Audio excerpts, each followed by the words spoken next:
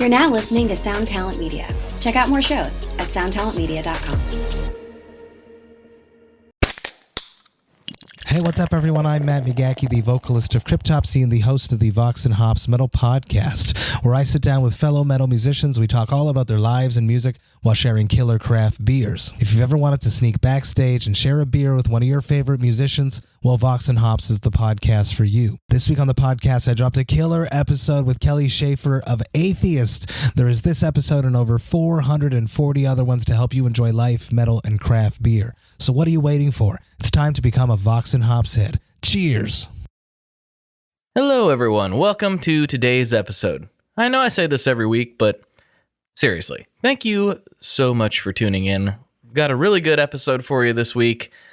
We are talking about things that I honestly have no business talking about, especially on the Patreon episode.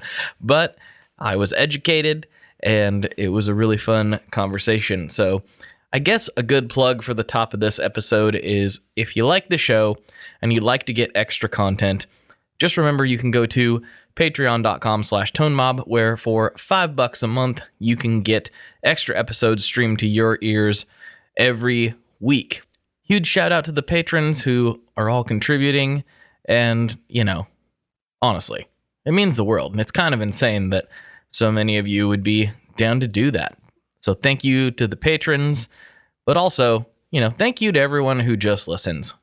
This show is it's really growing, and it's kind of astounding to see new folks messaging in every week and talking about, I mean, we talk about a lot of things. It was supposed to just be a gear podcast in the beginning, and it's evolved into a whole community and a completely different monster than I originally intended. And if you'd like to be a part of that, you can follow me on Instagram at the Tone Mob, and you could join the Facebook group, the Tone Mob Facebook group. That's a lot of plugging. Let's get into this episode right away. No more delays. This is an epic conversation with Mr. Scott Strange from Templo Audio Devices. Let's go.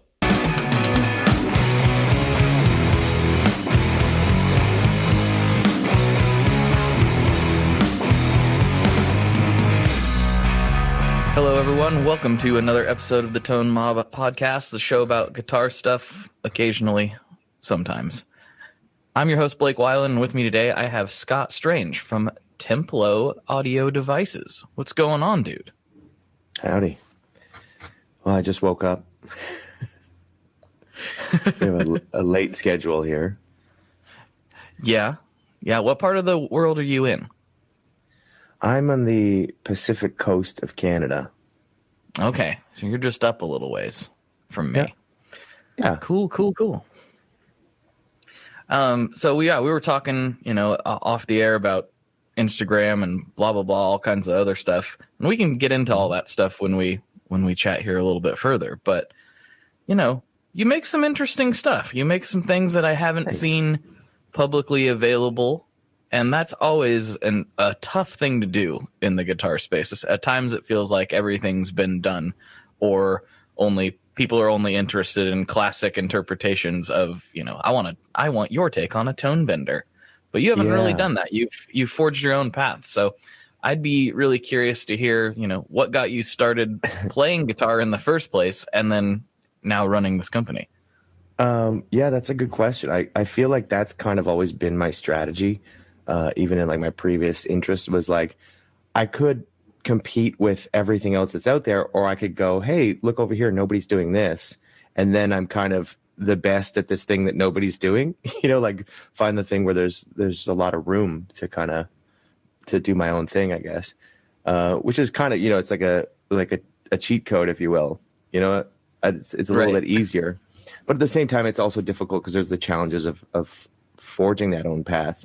You don't have as much competition, but I actually used to be a professional magician, believe it or not, for about a decade. Oh, yeah. Really? This is going to be fun.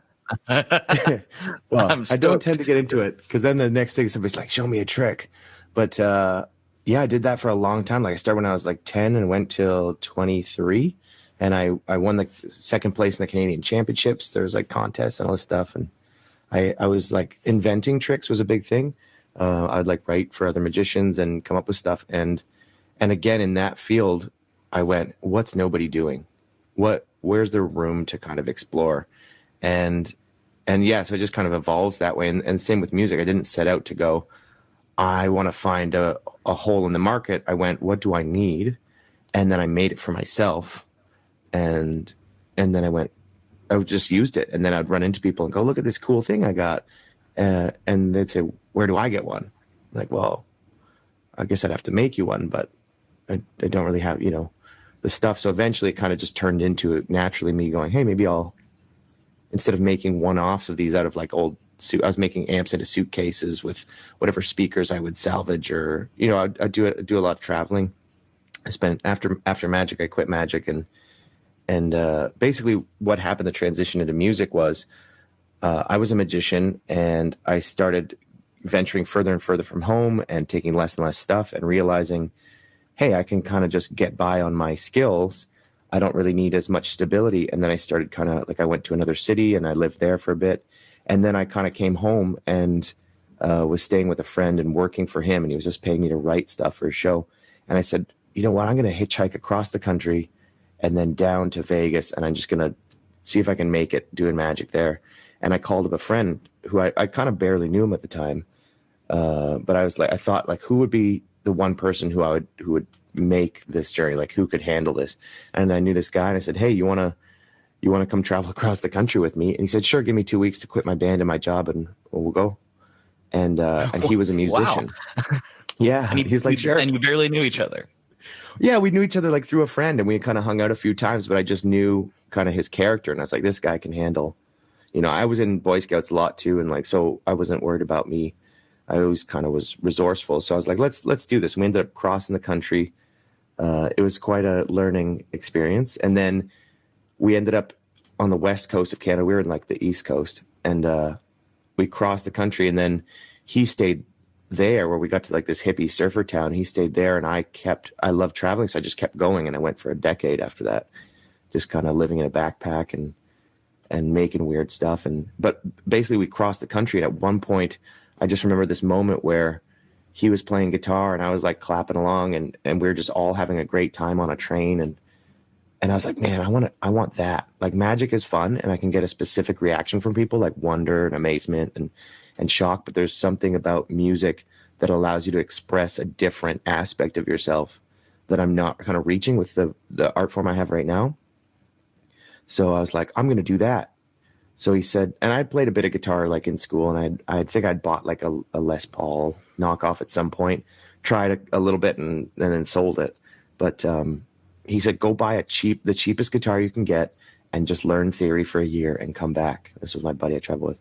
So I went and got a Jay Tercer like acoustic and then just practiced and just dragged it with me all across North America. And that was how it kind of started. And I just kept going. And at this point, are you, once you picked up this guitar, did you immediately know you wanted to play shows, record music, or like or just kind of play around the campfire? Like, what was your idea with it?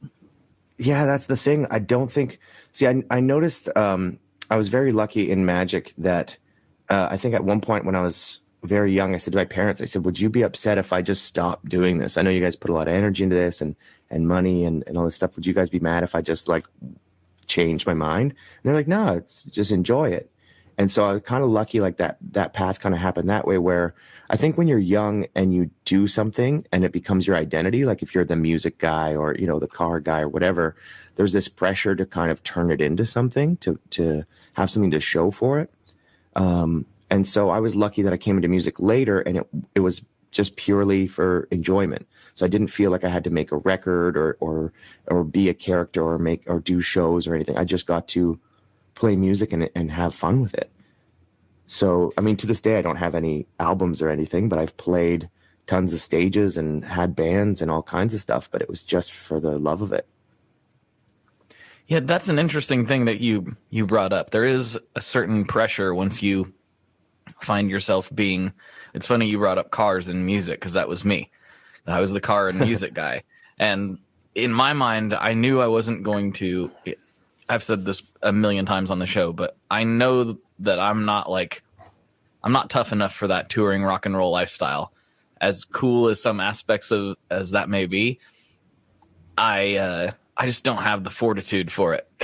I just know that, right? Like I could be a mountain man before I could do that. That would just be Well, it's not too as much great as for you would me. think. Gas station food sucks. Yeah, that's a lot of the mindset, right? Like I kind of knew early on that I couldn't do that part of it. What I didn't know, and it's kind of funny. There's a listener of the show named Brandon, and he's a middle school like music teacher, and he had me come on a Skype call and talk to some of his students recently, which was kind of crazy. I was like, why does anybody want to talk to me? But and we were talking about that, and that was one of the things. I was like, if you think you want to do something music related, it doesn't have to be as the musician themselves. Like you can play guitar, and like maybe your thing is like you like to work on guitars. Maybe you like to produce. Maybe you like whatever. There's so many different avenues where you can work that are tangential to your tangent. I don't know if I said that word right, but you know what I mean. That are aligned. Yeah. That are lined up with your interests. That's a word you got to get a run up to. I know. I was like ready for it, and I say it all the time, but I'm like, yeah, sure. But anyway, there's so many things that you can do in a given field, like that you're, in your mind, it's like, oh, you got to be the rock star in order to make it. And it's like, there's thousands of jobs in this industry that will allow you to still be involved with the thing that you love on a daily basis that isn't, the rock star. I think that's kind of maybe a North American narrative. I feel like music kind of it went from like a way of sharing culture and history and connecting to becoming like an ego pursuit and an individual pursuit, especially in North America. Whereas like I spent a lot of time in Mexico in my travels, and I lived down there a bunch, and it was my favorite place to play music because just that feeling of when you play, like everybody is like, it's not about the ego, it's not about the self, it's about sharing and making that music good for the sake of the listeners and the moment. And like it was a way to bring people together and have joy rather than be like, look at how cool I am. And I really enjoyed that aspect of it. And in different cultures, I find that. And so having that narrative of like, you have to be this star. And I felt that too for a little bit, but I never really pursued it because, again, like I said, I came in late and there wasn't that deep rooted kind of societal pressure, I guess, to kind of make something of it or to have something to show for that investment. But I think like what you were saying is all these different aspects related to music, to choose something and then just be masterful at that pursuit rather than be that one thing, or that one main idea that everybody has of the rock star. There's all these other things. Like I have a good friend, Dave, and he's a master at tube circuits and pedals and electronics and vintage stuff. And like, I'll call him and he'll just know what a problem is. I'll say, oh, this thing is doing this. And he goes, oh, it's probably this, or this.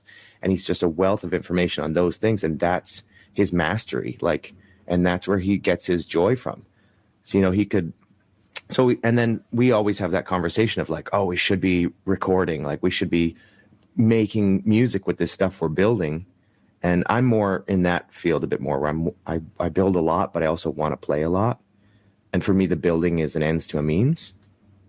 Whereas for him, I think the building is the pursuit, and that's a beautiful thing. And he always feels that pressure of like, oh, I guess I should record something or have something to show for this.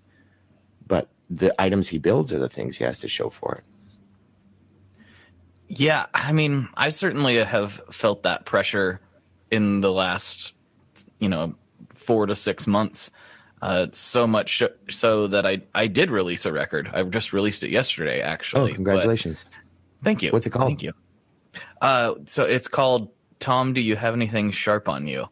And I did it under the moniker American Cyclops. And it's actually available on this podcast cool. exclusively for 3 months after, after yesterday, but the listeners probably know all about that already, but you can check it out if you want. Was that a quote you heard like from going through airport security or something? And that was heard that quote?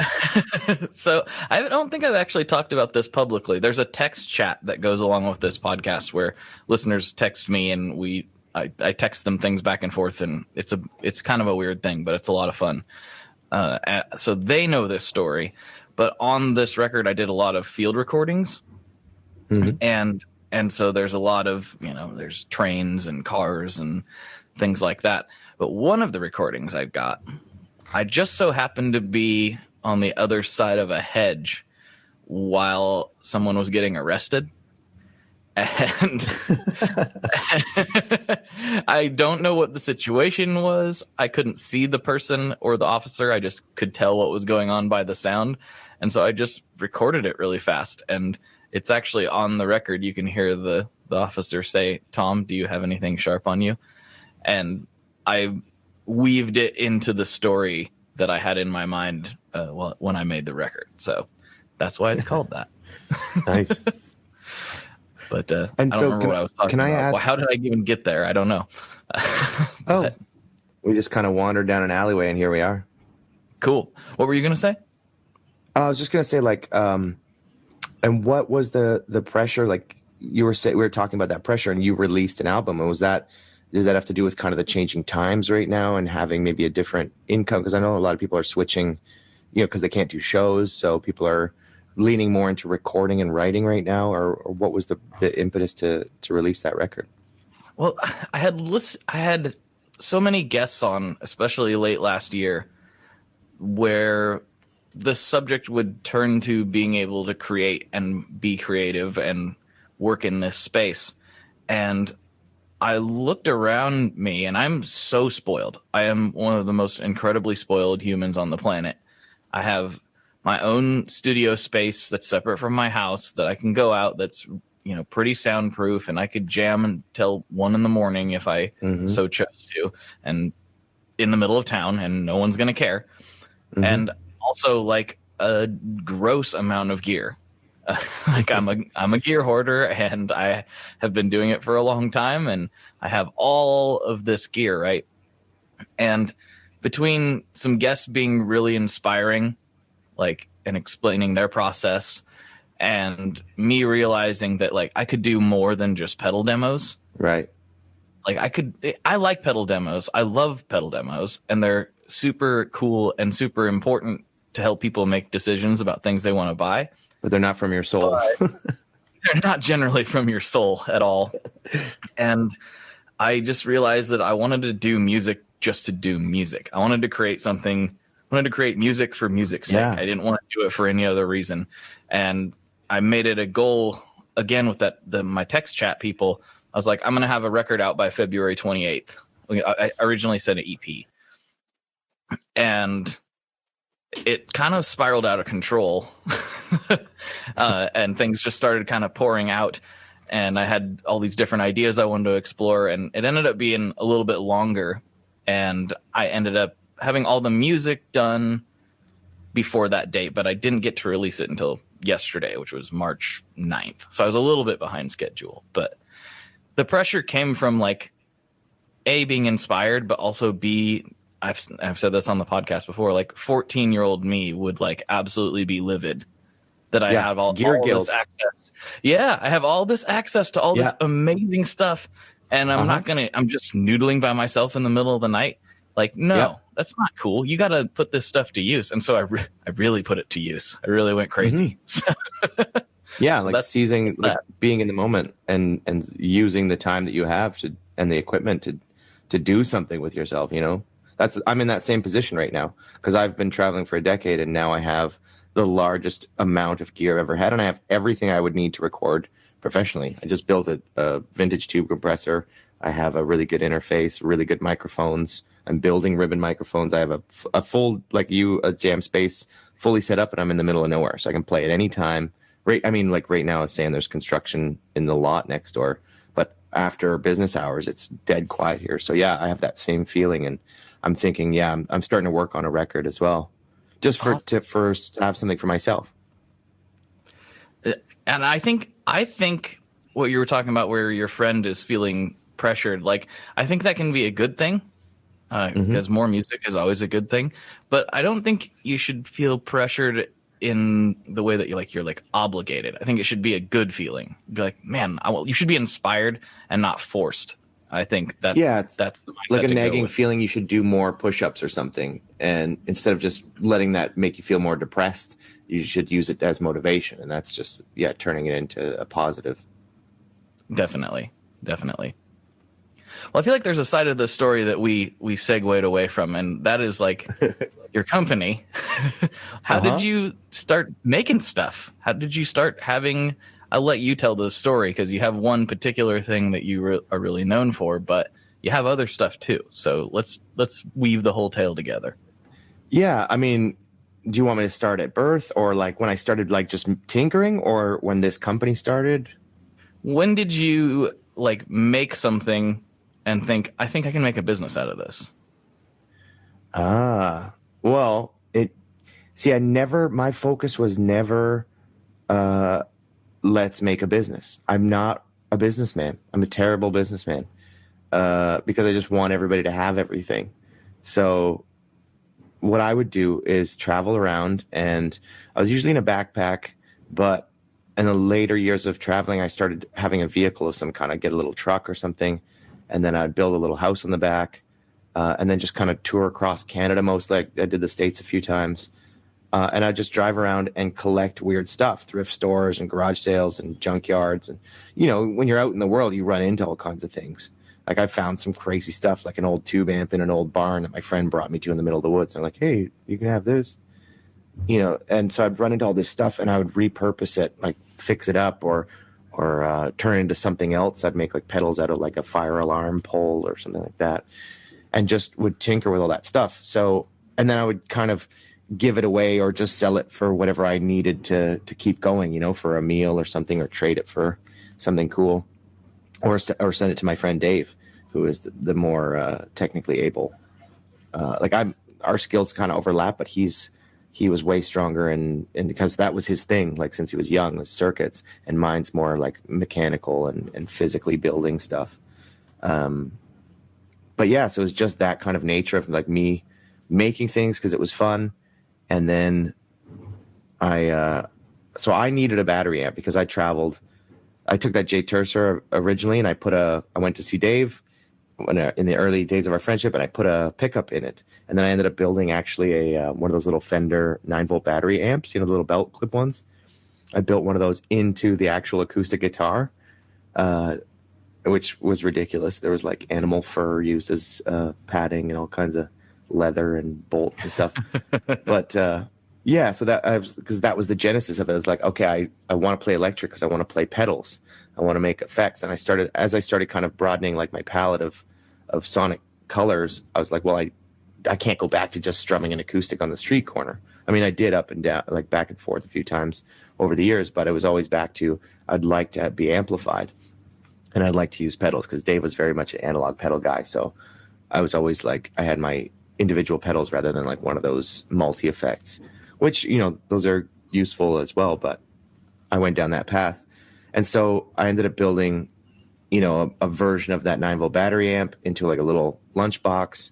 And then every time I go back and see Dave after long journeys, you go, oh, I found something. And the next time it was this chip for car radios, and you could get, I think, 10 or 15 watts off of it. But there was always a catch. Like you either needed a bigger battery, or like I'd need 2 drill batteries, or something inconvenient where it worked for me because I knew what I was doing. But I was like, I can't reproduce this, because I can't say to, I'm these musicians I meet, and they're like, oh, I want one of those. It's like, okay, great. You take 2 drill batteries, you alligator clip them together, and, like it just wouldn't work. So for a long time, there was always kind of limitations to what I could do. So it would work for me, but I always wanted to share it. And then eventually I got to the point where I found this board that worked on 12 volts, got the voltage I needed, was extremely efficient, and I could easily get large amounts of them. Because some of the ones we had found were like discontinued or incredibly expensive. I found this one that was really powerful, but was super complicated and had all this digital switching stuff. So it was just this like journey of like, how do I find a chip that does what I need it to do, because there isn't really an industry for this. So it's kind of like some car stuff, because it was 12 volts. So it was just kind of like figuring it out over time. And I just kept making like a better version. And we changed the preamp. I changed my batteries.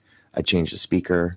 I put it in a different enclosure. And then I had this one I used for about 5 years, and it went everywhere with me. It was like in this military gas mask container. It's like sort of like a suitcase, but made of aluminum. It was like you could throw it around, and I brought that like to Guatemala and on river boats and all kinds of stuff.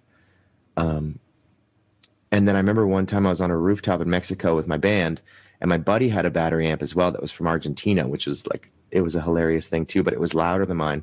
And at one point they kind of left me in the dust, the drummer and the keyboard player. And I remember going like, guys, like, this is my song. You can't hear me. Like, where are you going? And they just kind of, they didn't care because they were into it. And they're like, it's rock and roll. You either keep up or get lost. And so I kind of like swore to myself in that moment, was like, I'm going to make this thing louder. I'm going to make it more powerful. I'm going to be able to keep up. So I went home and figured it out. And then anyway, I found another chip, and right when I found that chip, I was back in Mexico. I was living on the beach, and I found this specific chip online. I ordered it to where I was. I tried it. I went, this is the key. I can now reproduce this thing. But I still wasn't thinking business. I was still thinking my short-term turnover of being a traveler and just, finding a thing, like a suitcase, find a battery, find a speaker, put them together, put this chip in there, build a preamp, and then kind of sell it to somebody as a one-off. And that was kind of how I lived. I just kind of do one-offs and whatever I needed at the time. And then I was just about to leave Mexico. I get on a plane, and I have my amp with me, and sitting next to me on the plane is this guy, and he goes, hey, what's that thing you got? And I was like, oh, it's my amp. I always kind of wanted to make these for my friends. And he starts kind of asking me questions, like kind of interested, and it turns out he's like an angel investor. So he's like, oh, yeah, well, I could help you get started. And my partner's a business lawyer, and like, we can kind of guide you. And I was like, that sounds really cool, but I don't want to stop traveling. Like, that's a huge shift. And I knew that right away. I was like, that's a big life shift. And I don't know if I would be able to handle it, because it's a huge investment of time and energy. And I was like, I know I'm going to get antsy. I haven't stayed still for more than a month in 10 years. So that's a big jump. So I said, give me your card and I'll think about it. And so I came back to Canada, and I got another truck. I built a house on it. I started driving around, doing my thing again, collecting stuff. And I sold an amp to a friend for a good amount. And I was like, hey, if I can sell one of these out of, made out of random stuff, why don't I take this guy up on it and buy 10 speakers, 10 batteries, and kind of ramp it up. I was like, maybe I can do it. But I was still thinking, this is a quick turnaround. He's going to lend me money. I'm going to make this run of amps, sell them easily, and then return his money and have a profit, and I can continue traveling, was my thinking. But I was like, I didn't realize, like, you have to build a brand. You have to, like, there's all kinds of things that go into it if you're not selling it in person to somebody, and they could try it and ask you questions and stuff. If you're just selling online, then they're like, well, who are you? Right. So that took a long time. So I started doing that. And then about a couple months in, I realized, and I was still living in my truck at this time, trying to start this company. So I was like sleeping outside a makerspace and using their laser to cut the boxes, and just kind of figuring out how to have a business. Like, I started calling places going, hey, where do I get speakers? Where do I get Tolex? And all this stuff. I found a pin company. They made my logo badges. I just was kind of figuring it out all on my own. At this point, his girlfriend or whatever had taken off. So it ended up being, by the time I got a hold of him, he just lent me money. So I had no guidance. I was expecting, like, a little bit of business guidance, or kind of going to him and going, here's my plan. What do you think? And basically it was just him going, here's some money, make this work, which was an extra challenge, because I was like, I have no idea what I'm doing, and I live in a truck. So Right. let's see what I can do with this. And so about 2 or 3 months in, I realized, oh, this is long-term. I have to build a brand, and I should probably so the Rambler was kind of my first take, but it wasn't my ideal amp. It was like, what can I do with the budget I'm given and my first try? So it's a great amp, and I still love it. And and it's very useful for a lot. Like I still use it for certain applications, but it wasn't like, okay, if you could build the perfect product, what would it be? So I went back to him and I said, okay, we're gonna make a second amp, which is the Nomad, and I'm gonna put my all into it. And I spent, I think, 8 or 9 months really developing it and all the features and prototyping and all this stuff and working out and getting feedback from people, and it ended up pretty good. And then when COVID hit, he just kind of said, okay, you're on your own. And so basically from there, I've just been kind of coasting on that start, and it's going well. I actually have a workshop now and a place to live, and it's kind of picking up. People are noticing it and going, hey, that's something I need or I have needed and hasn't been available. So I'm really grateful to be able to kind of fill that space for people. Like whenever somebody says that to me, it makes me smile, where they're like, man, I've been looking for something like that. And it's always a different kind of use, which is really neat. It's never like the same thing. You know, some guy just wrote me, he said, oh, I'm on tour and I've been using a mini mixer for my drum kit mics. That splice would be handy, or I'm doing this, I'm doing vocals through this pedal or whatever. And so it's kind of neat to be able to make these things. And that's what I try to do, is make it as versatile as possible. I mean, it's fit in this this weird thing, because I'm sitting here going, I've always wanted to, and now that I've gotten through this recording process, I do want to try this at some point. I've always wanted to go on location, but I'm a big like electric guitar guy and pedal guy, but I've always wanted to go to different places and record in different outdoor settings just to see what happens, you know? I'm sitting here looking like at natural like, acoustics. Exactly. And just like, you know, if a bird flies by, I want that to be on there, you know, kind of like, you know, the guy getting arrested, like he doesn't know that actually ended up being on a record. And like, you know, it's kind of it's a bigger subject of like, you know, almost like butterfly effect thing, where you don't know how simply just walking out your front door might influence somebody else to do something else, and you have no idea. You know? Oh man, that's how I lived for a decade. That's what was the magic and the allure of traveling. It was like a drug, where you don't know what's going to happen. You don't know who you're going to meet, and it's kind of like getting into the flow of life. Like if life was a river, when you're sitting in your house, you're on the banks. And as soon as you go out into the streets, you can just get pulled into whatever, good or bad. And traveling was, you know, you're making friends, you're having adventures. There's all kinds of stuff just every single day. And that's kind of the beauty of not being tethered to a wall with an amp, is you can kind of just pick up and go with what's happening. So when you were traveling around, like it's kind of interesting, because viewed through a different lens, like you talk about like, well, I was traveling for 10 years. You know, some people might say you were homeless for 10 years, but That'd obviously you were doing it, but you were doing it intentionally. I prefer home free. Home free. Okay. Hey, the more you own, the more it owns you, you know? So I was a freegan for a while. Oh, you did that? No, not actually. I was a pretty classy hobo, to be honest, compared to my friends. But yeah, it was a choice. I was choosing that. What now? If somebody wants to like obviously, there's a lot of people that are forced into that lifestyle that would rather not. But for somebody that would choose to go do that, like what would be some advice you'd have for them? Ooh, that's a good question. I think it was difficult in a sense because I chose it. And a lot of my friends also had chosen it, but for different reasons, maybe. Like it was less of an escaping a bad situation, which a lot of people do.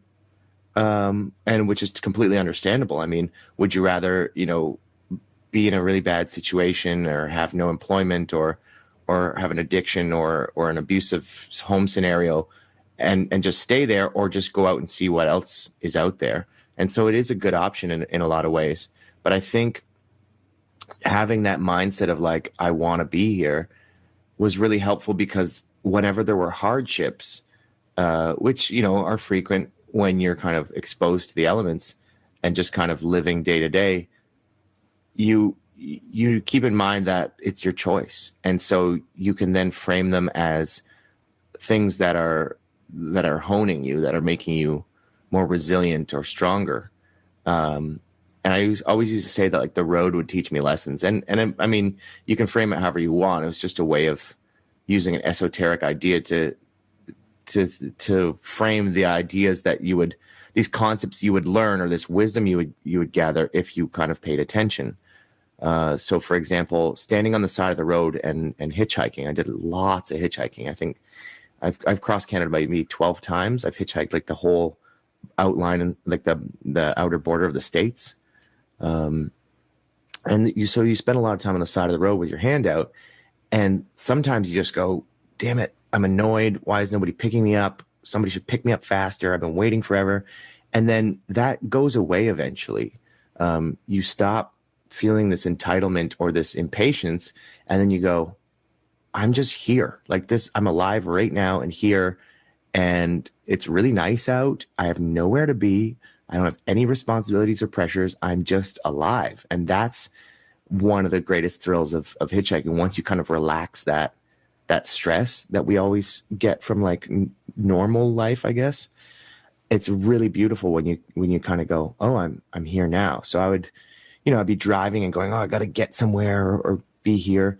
And then I would just go, oh no, this is my life. So I'd just pull over and like brush my teeth in a parking lot, because there's not a later. It's like, this is your existence now. And so that it really brought that home. I think was the biggest thing. But you'd learn, to just kind of be patient, I think, and things will happen when they happen. And as soon as you would relax, you would get a ride, and you'd get an awesome ride, or somebody pick you up and give you food or weed or bring you to a swimming hole after you'd been in the sun all day. Like there was always things that kind of confirmed that lesson as soon as you would kind of relax and let life kind of handle it. When you are doing that and just kind of being in the moment and experiencing things as they come, it's a very different way. It's a very different mindset, I would imagine, versus when you are living in quote unquote normal society, and what you do is often your sense of purpose. Like a lot of people, are wondering what they're supposed to be doing with their lives, or trying to figure out what they're supposed to do with their lives. But what if the answer for some people is you don't have to do anything? Just enjoy yourself. Just be around and do your thing, and as long as you're not hurting anybody, you're in good shape. Yeah, I think in a lot of ways, animals have it right. Like my dog just hangs out, and he's not upset if he's not accomplishing anything. He's like, oh, this is nice. I'm laying in the sun. Oh, what's that? Some food? Oh, and it can be a simplistic way to look at things, but I think that's kind of the beauty of music. When you're really playing music, when you're really in it, is that timelessness where you just lose yourself in it, and you're just kind of floating on that magic or whatever it is. When you play, like let's say you're home alone at night and you just start singing for yourself, that's when you're really kind of existing. And that's a lot of the music that I've made and I really enjoy. I guess getting back to like the having a purpose for your music and recording and such, I've like killed it sometimes. And I mean that subjectively, obviously, but like I know sometimes I do a lot of like freestyling and beatbox guitar, weird stuff, and like rapping about scenarios. And sometimes I've just killed it. And I go, damn, I wish I would have recorded that. And then I go, but it's way better because that was it. It existed in that moment. And like, without being too esoteric or hippie about it, like there was really a joy in going, that was great because it was just there. And if I would have recorded it and listened back, it would degrade over time. Every time I'd listen to it, it'd be less good, I think. I mean, not always, but there's something about the magic of it just existing for that moment.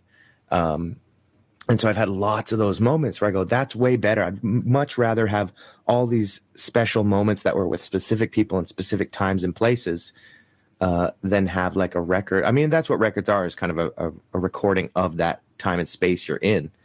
But for me, there's a great joy in just having that thing kind of disappear into the wind, I guess. It's also, this is a little bit of a less positive spin on it, but there's been many times where I've recorded something like late at night and been like, yes, Oh, right. That was fantastic, man. All right, cool. I got that done, and I'm gonna come back and check this out in the morning. The morning And, after. Yeah, and you listen to it, and you're like, "Oh no! Oh, What ooh, was I thinking? no, that's terrible." And then it's Yeah. like, it makes you wonder if, like, sometimes of those moments when you're not recording, and you're like, "Man, I nailed it." Sometimes you probably really did nail it, but I know for myself personally, there's definitely been times where I did not nail it, even if I thought I did. But still, that feeling's what makes it real, so it doesn't really matter. That's what's great. Yeah, well, I mean, if nobody's like cringing in front of you, then I mean, a lot of the times when I have nailed it is because I felt that connection with people. So I'll like have thrown a little rooftop jam or something in Mexico with all my friends, and it's my turn to play, and then I start like making something, and I see I get everybody chuckling or smiling or kind of joining in, and I go, this is, for me, that's nailing it. It's not like looking cool.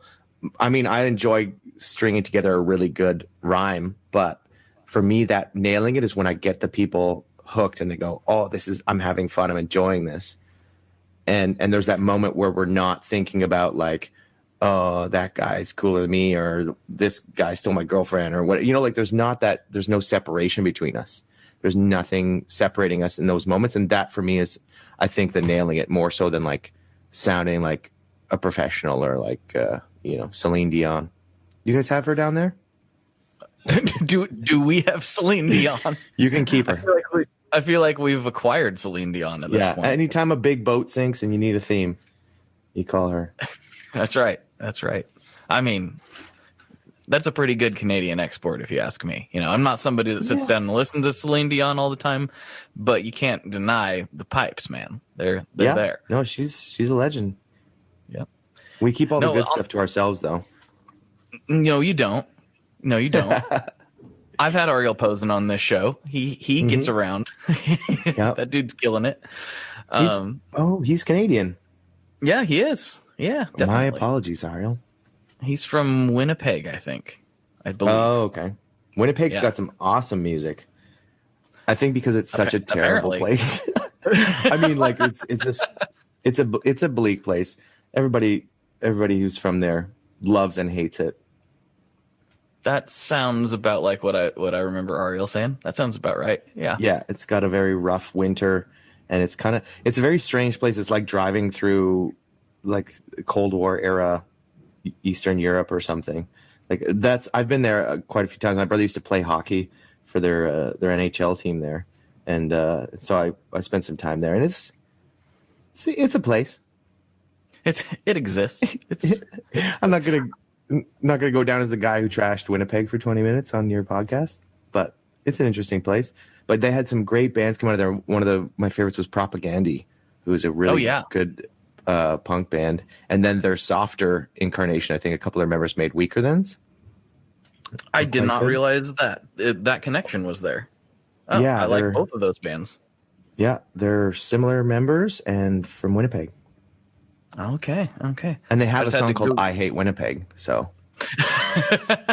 it's not. I'm not talking out of school here. It's a legit sentiment. It seems like in reality, it's not somewhere I'll probably ever visit, and it doesn't sound like somewhere that I hyper need to. But ever since I heard the name Winnipeg when I was a little kid, I kind of wanted to, for some reason. I don't know why. I have like a little thing of like I kind of want to see it. I don't know. It's unique. Don't really know why. It's a unique city. Like it feels like nowhere else I've ever been, for sure. One of my favorite bands, Cancer Bats, has a song called Winterpeg, and they're from Toronto, and they are awesome. And that song absolutely will rip your face off if you're in the mood for that kind of thing. Yeah, that's one of the nicknames. I think Canadians have all kinds of funny nicknames for different places, and like we like to joke about places like out here on the West Coast, they call Ontario, which is the province I'm from, they call it Ontarable. Okay, all right. Yeah. So there's like a rivalry between locations. There's a whole bunch of Canadian place lore. We could do a whole podcast about that, but yeah, spend a lot of time just going to all the small towns and like hitchhiking and driving across this country. It's been quite a nice time. There's lots to see, but there's a lot of space, which is the great thing about Canada. There's a lot of space in between. did it make the hitchhiking part harder, I imagine? Or is it No. easier because people No. are going such long distances? Yeah, exactly. Like long hitches are way easier. Like if you're in a city, you got to get to the very edge of it before anybody will pick you up. Like you have to take buses, and so there's like all kinds of posts. I actually started a Facebook group for Canadian hitchhikers called the Canadian Hitchhikers Union, and it's just kind of to share spots and stuff. But like everybody's always posting like, how do I get out of this town so that I can keep going? Because when you're just sailing across the country until you kind of get into cities. I've been stuck in the middle of cities. I've been dropped like on the middle of a concrete island in like a 20-lane highway in Montreal where I'm like, oh, thanks. I actually had to call the cops to pick me up. I was like, hey guys, I literally can't cross this and I'm stuck here. And they picked me up and drove me to the edge of town. They're like, what are you doing in the middle of the concrete barrier, you dummy? Yeah. Well, some lady was going the wrong way. She was like on this highway and she was going to go north. And I was like, I need to get out. Right. I'm in danger. My life is in jeopardy at this moment. No, she was just silly, but I have been in a few sketchy scenarios, but that one was just more in danger of her bad navigation skills. Where it's like, if I stay in this car, I'm going to be way off track. Like I'm going to go northern Quebec, and nobody really wants to go there as a hobo.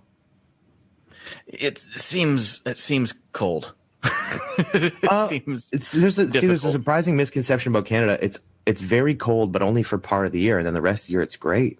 Like even the Yukon's way up north, and the summers are hot, and there's black flies and bears, and those aren't the selling features, but it's a gorgeous place in the summer. There's bears that'll eat you and flies that consume your flesh when it's left over. It's great. It's great. Yeah. I mean, similar to Oregon has this perception, especially the Portland area, of like, oh, it's gray and wet all the time. And a big portion of the year, I'm not going to say that's not true, but man, our summers rule. Our summers are phenomenal here. So yeah, it's like, well, you have your rainy season. Like we share kind of some of that. Like I'm on the west coast of Canada right now, and we're not far. We're in the Pacific Northwest, and so there's that season. And I always explain it as it's kind of a trade-off where here we don't get super cold, but we get that gray and rainy for a long time. It's kind of like the British winter, right? Where you get that really depressing winter, but it's a little bit warmer. You can still you'll have like a random sunny day in December where you can kind of go outside and do stuff. But I find in Ontario, where I grew up, we'd get like 4 feet of snow for 5 months, and it was minus 40, but it was brilliant white and kind of happy cold. So it's kind of like you choose your misery for winter. I have this imagery in my mind of the places I want to go in Canada. Specifically, the two cities I want to visit the most are Montreal and Toronto. Are those good destination spots? Yeah, what do you think? Yeah. Well, it depends what you're looking for. I lived in Toronto. It was quite an interesting thing. Toronto's very gray, like lots of concrete, and it's very kind of, I want to say, it's not really bureaucratic. That's Ottawa. I grew up in Ottawa, which is like the capital. It's just you either work for the government or you serve them sandwiches. So there wasn't a lot of art in Ottawa, but Toronto was kind of very, I would say, more industrial, I want to say, but also multicultural. And then Montreal is very multicultural, very artistic, but also very Quebecois. So it's a little more chaotic. Things are a little more affordable. It's a fun, funky place. Like I grew up right on the border actually of Ontario and Quebec. So I was like on the precipice of both worlds, and I went to school in French. So my parents sent me to school in French just to kind of have a better advantage later in life. And so I had a lot of Quebecois friends and then Anglophile friends. And so I always compared them this way, whereas in Ontario, you would work, they were more serious, and they would kind of work your 9 to 5, and then on the weekend they would just let loose.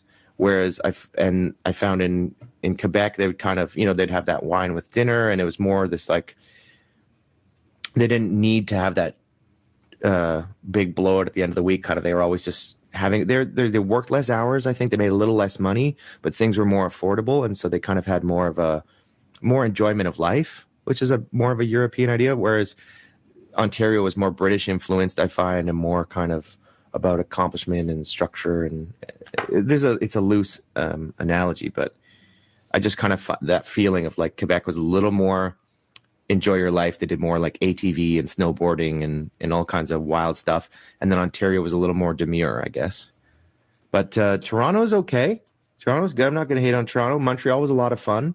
There's a lot of art and culture to see in Montreal. It kind of has like this old Europe feel, like old stone buildings and little cafes and underground show venues and cool. I remember, you probably like it because I remember walking down the streets of Montreal this one day. It was kind of the first time I actually spent time as a traveler in Montreal. And I walked through the street and just saw it was like one street that was just all these hilarious examples. It was almost like a movie scene where there's this one guy kind of recording street sounds with a mic, and he's just like getting all this found sound stuff. And then like I'd walk down the block, and then there's these people doing a play, and then these guys filming on the next block. And, so like I'm going down the street and just all these kind of artistic like activities happening. And it was just this perfect introduction to like, this is Montreal. This is what it's like. That sounds like a lot of fun. I've also heard, and this is a big thing with me, like it's a huge thing with me, that it's delicious, that there's just amazing food there. And that's enough to get me to go anywhere. Oh man, yeah. I'm a stomach traveler, and yeah, Montreal was great. There's this falafel place you can get $2 falafels. And so we'd go busk, we go play in the streets, and then go buy rounds of falafels for each other, and then go back out and play and just do that all day.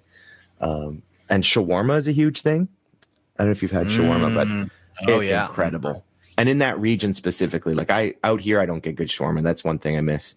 But shawarma and poutine, if you can hit both those, so you can even get shawarma poutine if you're feeling crazy. But that sounds like all kinds of my business. Oh, it's real good. Man. Yeah, they've perfected the comfort food for sure. So my audience knows how much I love food, but they may, I think it's becoming more and more of a known thing, but I feel like poutine might be Canada's like number one accomplishment. Really. Yeah. It's so glorious. I'm pretty sure we invented the telephone, but poutine's pretty incredible. If I had to choose, that'd be tough. Would you rather stay home and eat poutine or talk to your friends? I think, poutine probably edges ahead of the phone, but just a little bit.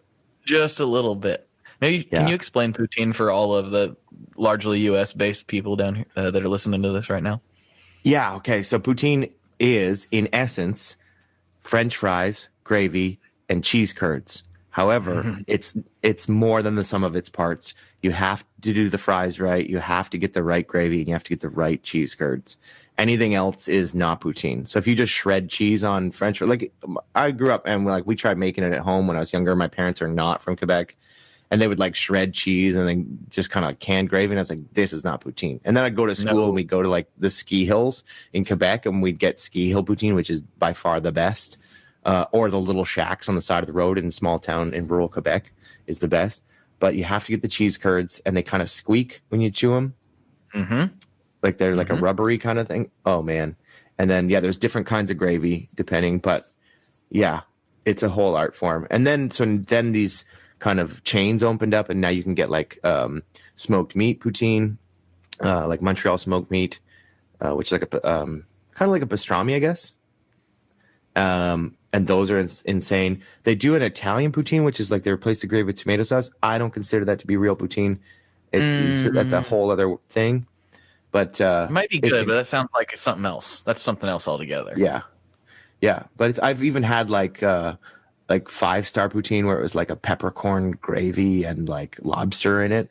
There's all kinds of there's all kinds of ways to do it, but the traditional one is cheese curds and like a dark brown gravy and some really nice crispy fries. Yeah, believe it or not, we actually have a few good examples here in Portland. Portland is really a great place for food in general. I bet. There's not a lot of things that we don't have. There are some things we don't have, but not a lot. There's the first time I had it was from a Portland food cart, and it was just as you described. So it's really magical stuff. I would implore anyone to try poutine and for your health. But it's dangerous though. You have it once and then you want it all the time, and and then you're huge after that. Well, it's usually a winter food because it's heavy in fats, and so we all get fatter in winter. It's like just a natural biological thing. And so in Ottawa, they have this man-made canal that freezes over, and it's the longest skating rink in the world. And so it's like a couple miles. I'll do it in American. A couple miles long. And then on the ice, there's these little shacks, and they sell poutine, and they sell a thing called beaver tails, which I don't know if you've ever heard that. But we farm beavers up here, and we fry their tails. They're delicious. Oh, I'm sure. That sounds great. No, it's actually it's a pastry shaped like a beaver tail. It's kind of like a flat donut, I guess, and then they put cinnamon, sugar, and lemon juice on it, and you eat that while skating. That sounds great. That sounds great. Yeah. So we eat that Not and the poutine skating in part, winter. though. I can't skate. You can just stand and people can push you. I think there's a service now. It's like an Uber for the ice. Perfect. Yeah, because I cannot ice skate. It is a disaster to watch me on skates. It's a nightmare. Whew. Flashbacks. Well, man, we're getting close to the end of the show. Thank you so much for coming on. This was a blast. Before we get into the classic questions to wrap this thing up, this is your chance to put up a billboard. You can say whatever you want to say. If you got something you want to tell a couple thousand people right now, now's the time. So go for it. Well, this is the best food podcast I've been on in a while. But I don't know. I hope maybe I've inspired people to become homeless, or at least live in the moment. But yeah, for in terms of the amps and all that kind of stuff, if you need something to kind of help you accomplish your musical goals and play in different places, and because they're not just for busking, is the one point I try and get across. I try to make an amp that would be an everything amp. So for recording, for doing shows, like the Nomad's 50 watts, so it's pretty powerful. But I'm trying to make things that help people, that kind of solve problems for people. So yeah, if you need some of that stuff, you can hit me up on Instagram, Templo Devices, templodevices.com. I'm going to be doing a sale shortly. I think I'm just having some demos come out of the amp, and then I'm going to announce a sale for the amps for spring. I'm doing like $60 off. I can tell you here first. Here's the exclusive. If you enter the code SPRING on the website for the spring sale, you get $60 off a Nomad. And I'm doing a giveaway of a splice to celebrate 3,000 followers, or to get to 3,000 followers. So I'm going to be giving away a splice to somebody on Instagram as well, so you can check that out. We should have talked about the splice. All we talked about was the amps.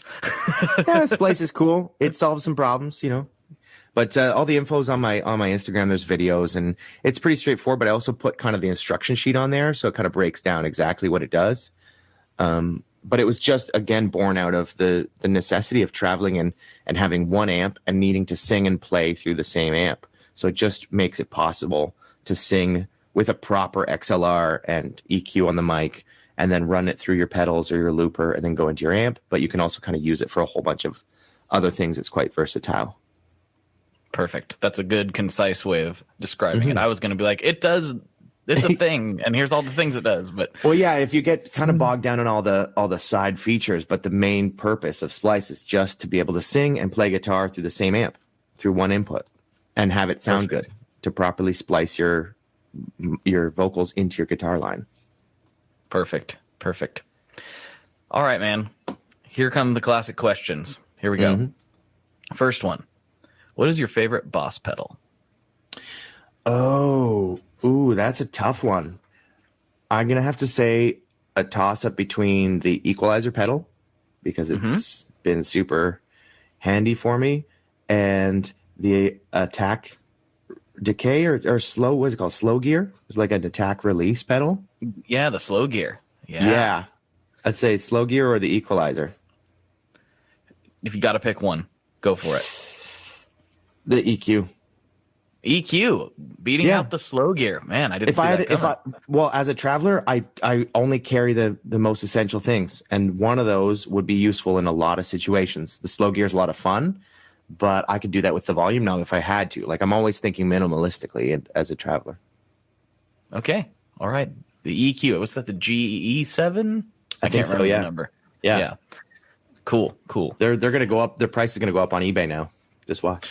Oh yeah, they're gonna skyrocket. I mean, I have done that a little bit with one pedal, the DE7 delay. I That's love that. solid. Yeah, it's a solid delay. I love that thing, and the prices keep going up, and I maybe should stop talking about it. Okay, I'm not going to talk about it anymore. Not before I buy a couple more.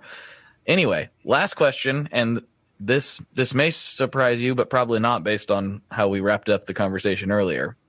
But this is a very important one, and it matters the most to this audience. All right. What is your favorite kind of pizza? Damn, that's tough. There's a place near me that does Neapolitan style thin crust with like flour imported from Italy, so you can like eat a whole pizza yourself and not feel bloated after, and it's quite good. But I think I'm gonna piss off a lot of people here. I think the best pizza I ever had was this guy had this restaurant near here, and he's gone now, and I dream about this pizza. It was kind of like a Chicago deep dish. So like he had these little kind of pans, and he would cook the dough almost like a bowl and then just fill it with marinara and cheese. And it was like this, almost like a pie. Like it was just like cheese melted on top and sauce and cheese. And it was heavenly. So I think that's like a Chicago deep dish. I've never had like the real one, but it's like a mini version of a Chicago deep dish, it sounds like. Yeah. And it was, oh my God, it just killed me. It sounds very good. It sounds very tasty. Good. The simple things, you keep it simple. I like it. I like Cheese it a lot. And sauce. All right. Thanks so much for coming on, man. This has been a great chat. I really appreciate it. Of course. So for Scott, this is Blake. And as always, folks, good luck and good tones. All righty. That was a good one. That was a very fun one. And I hate to be this guy, but the Patreon episode, it was even better. Scott had a lot to share with me. We barely talked about gear at all in the Patreon section. Instead, we delved into the topic of homelessness and from his perspective, what might be done about it and what, possible things that I was missing. And it was really eye-opening. And it's one of the things I love about this podcast is getting to hear different people's perspective, because my perspective is so typical, and getting to have these different inputs and have these different conversations outside of the thing that brings us all together, which is guitars and gear and tone and all that, which is obviously a delight for myself and thousands and thousands and thousands of other people. But getting those more in-depth moments is really what drives me to keep doing this and keep sharing and keep finding new people to talk to. And I really had no idea that the conversation was going to go where it went. So if you would like to hear that, you can go to patreon.com/tonemob. And for $5 a month, you can get extra conversations delivered to your ears every week. And there are hours and hours and hours and hours over there on Patreon for those that are interested in that kind of thing. If you can't contribute in that way, I totally get it. But if you could please tell a friend. Posting on social media is great, but I'll be honest, most of the new podcasts I find, they come to me through somebody who recommends it directly through word of mouth, and they say, hey, you would really like this show. This show would do a lot for you. You'd really get a lot of humor out of it, or something. You'd get something out of it. And if a friend is that insistent, I will go and check it out, and that is how I have found some of my favorite podcasts. So please, tell a friend directly if this is a show you really like, because all those downloads are what keep this thing going, and couldn't do it without you. Otherwise, I'd just be screaming into the wind. And everyone knows I've done that enough lately. All right, I know you've got other things to get to. One last little plug.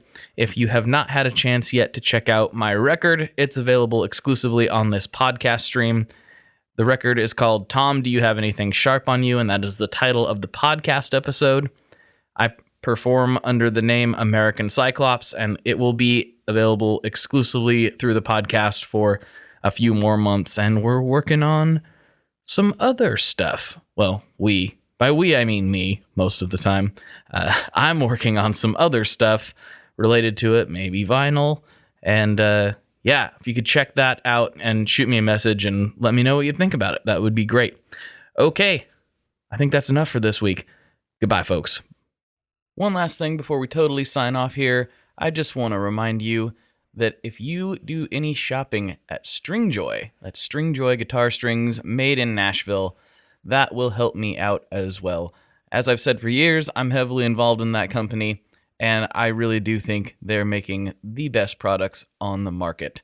So if you would like to try custom strings, go to tonemob.com/stringjoy and check them out today. I seriously love what the team down there is doing. I help them out with all kinds of things, and by you supporting them, you are also supporting me as well. And hey, you need some strings, so why not get some custom strings just for your guitar and playing style?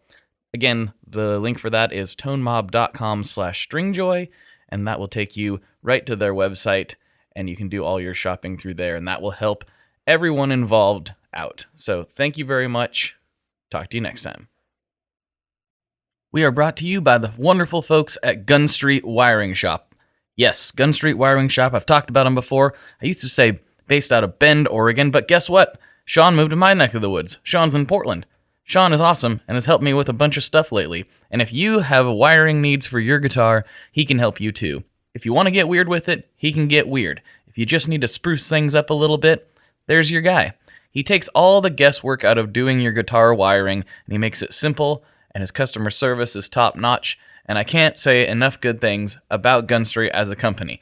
I really respect Sean and what he's all about, and the product is top-notch. I've got 3 different guitars that now have Gun Street harnesses in them, and I could not be happier. So go to gunstreetwiringshop.com and check them out.